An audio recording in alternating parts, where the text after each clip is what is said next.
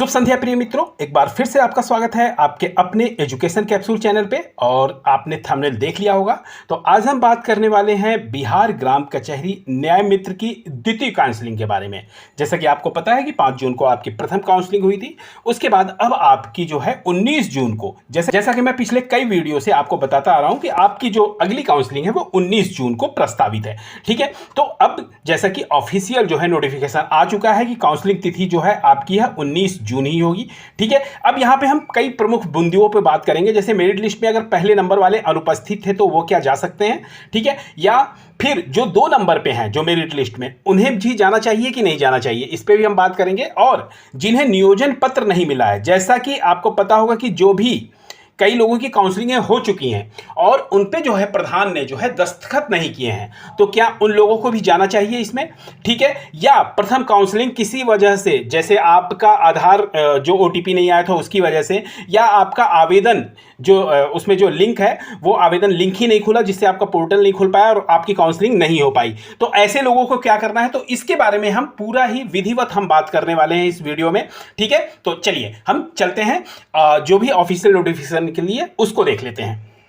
तो जैसा कि आप देख पा रहे होंगे, यहां पर देखिए आज ये नोटिफिकेशन आया है आपका, यहां पर है 17/6/2005 आज का निकला हुआ है। सूचना एवं जनसंपर्क विभाग की तरफ से ये प्रेस जो है विज्ञप्ति निकली हुई है, जिसे ये कल के पेपर में ये प्रकाशित करेंगे। ठीक है, अब क्या है 19 जून 2025 को कह रहे हैं कि जिला मुख्यालयों में आयोजित की जाएगी बिहार ग्राम कचहरी न्याय मित्र के बचे हुए रिक्त पद। रिक्त पद कितने हैं? 724 हैं, या राउंड फिगर मतलब 700 के ऊपर जो है आपके रिक्त पद हैं, उस पर जो है यह काउंसलिंग होगी आपकी। ठीक है, तो यहां पे थोड़ा सा हम नीचे की तरफ देख लें तो यहां कह रहे हैं कि पटना 17/6/2025 का ये लेटर है आपका, यानी आज ही का है। कह रहे हैं कि प्रथम चरण की काउंसलिंग के उपरांत बिहार ग्राम कचहरी न्याय मित्र के बचे हुए रिक्त पदों पर, ठीक है, रिक्त पद जैसा कि मैंने आपको बताया है कि आपको पिछला भी बता चुका हूं मैं, 700 से अधिक सीटें जो रिक्त हो गई हैं उन पर जो है यह क्या करेंगे, नियोजन, यानी कि आपको नियुक्ति पत्र देंगे और वहीं पर योगदान भी होगा। दोनों कार्य होंगे आपको 19 जून 2025 को। कह रहे हैं कि जिला मुख्यालयों में द्वितीय चरण की काउंसलिंग सह नियोजन, यानी काउंसलिंग भी होगी और आपका ज्वाइनिंग भी होगा, दोनों का आयोजन किया जाएगा। जैसा कि आपका 5 तारीख को जो काउंसलिंग हुई थी प्रथम वाली, वैसी वही प्रक्रिया जो है इसमें भी रहेगी।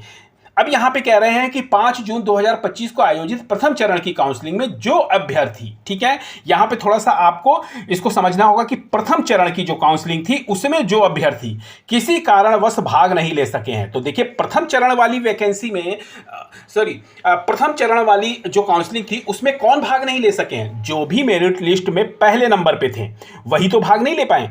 ठीक है, जो उसमें अनुपस्थित रह गए, जो किसी कारणवश उसमें भाग नहीं ले पाए, ठीक है, तो उनके लिए एक और मौका है। जो भी प्रथम नंबर पे हैं, अगर वो काउंसलिंग कराना चाहते हैं तो उनको जो है बकायदा, मतलब इन्होंने अपने प्रेस नोट में ये लिखा हुआ है कि वो जो है आकर अपनी काउंसलिंग करवा सकते हैं। ठीक है, तो कह रहे हैं कि जो भाग नहीं ले सके हैं वो, अथवा और उनकी काउंसलिंग जो पूर्ण नहीं हुई है, तो पूर्ण किसकी नहीं हुई है? देखिए कई लोगों के आधार ओटीपी नहीं आए हुए हैं, कई लोगों के डॉक्यूमेंट्स ओपन ही नहीं हो रहे थे, ठीक है ना, सर्वर की वजह से, और कई लोगों का मान लीजिए कि कोई डॉक्यूमेंट्स आप नहीं ले गए थे, आपको अंडरटेकिंग फॉर्म जो उन्होंने भराया था, ठीक है ना, तो ऐसे अभ्यर्थी जो हैं उनको भी इस काउंसलिंग में जाना है।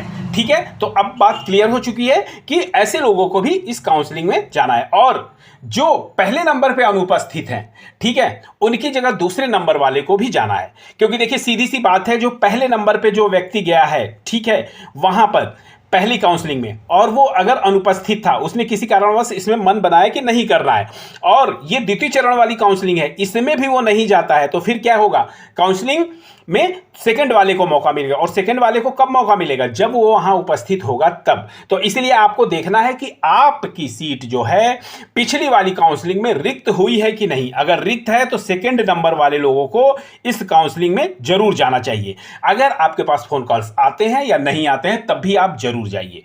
ठीक है, चलिए अगला हम तो आगे क्या कह रहे हैं, आगे कह रहे हैं कि उक्त पद पर नियोजन की प्रक्रिया पूर्ण नहीं हो सकी है, वैसे अभ्यर्थी दिनांक 19 जून 25 को आयोजित काउंसलिंग में द्वितीय चरण की काउंसलिंग में बुलाया जाएगा।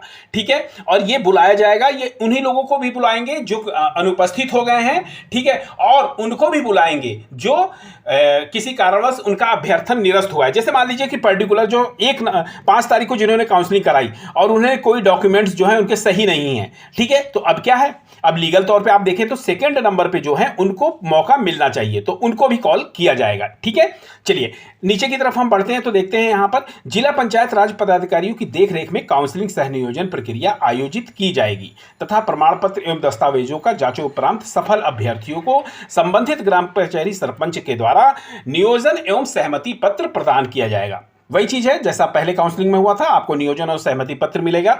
ठीक है, यानी ज्वाइनिंग और योगदान दोनों का दोनों आपका वही होने वाला है। ठीक है, और आपको अपने सभी डॉक्यूमेंट्स लेकर जाने होंगे।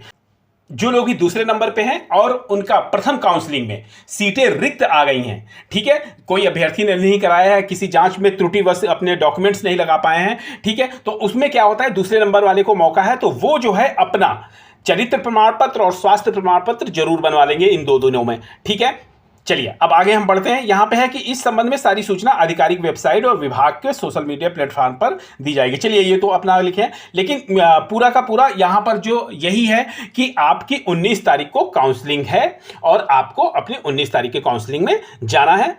करीब 700 से एबव सीटें हैं, उसके लिए आपकी काउंसलिंग होगी और इसके लिए पर्टिकुलर फिर मैं हो सकता है कि इससे और जो संबंधित जानकारी होगी उसके लिए मैं फिर से एक वीडियो लेकर आऊंगा। ठीक है, और जो भी इससे संबंधित जो आपको डाउट्स होंगे वो आप क्वेश्चंस के माध्यम से आप हमारे वीडियो में पूछ सकते हैं। मैं यथासंभव कोशिश करता हूं कि सभी के जो आंसर दे सकूं। ठीक है, फिर मिलते हैं ऐसी वैल्यूएबल वीडियो के साथ, तब तक के लिए आपका बहुत बहुत धन्यवाद।